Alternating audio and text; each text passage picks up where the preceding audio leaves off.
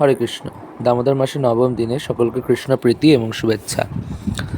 আজ মঙ্গল আরতির পর আমি জপ কমপ্লিট করে তারপর আমাদের ছাদে ফুটেছিল আজ একটি গোলাপ, তা আমি আজ অর্চনের সময় ভগবানকে অর্পণ করেছিলাম।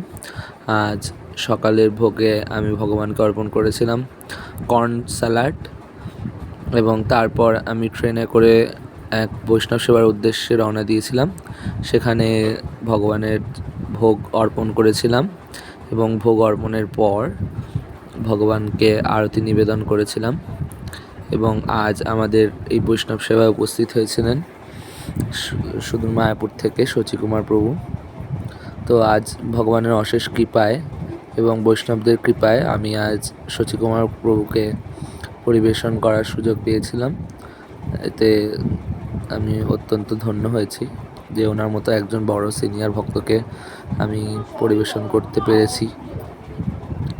তারপর বাড়ি ফিরে এসে আমি কিছু রেস্ট নিয়ে তারপর ভগবানের উদ্দেশ্যে দীপ প্রজ্বলিত করেছিলাম এবং তারপর ভগবানকে শয়ন দিয়েছিলাম। হরে কৃষ্ণ।